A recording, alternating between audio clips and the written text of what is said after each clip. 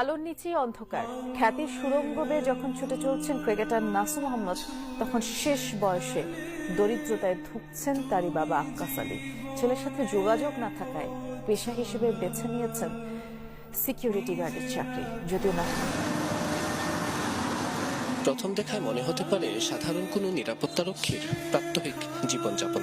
তবে পরিচয় পাওয়ার পর চোখ কপালে উঠতে পারে অনেকের, কারণ তিনি বাংলাদেশ জাতীয় ক্রিকেট দলের নিয়মিত সদস্য স্পিনার নাসুম আহমেদের পিতা।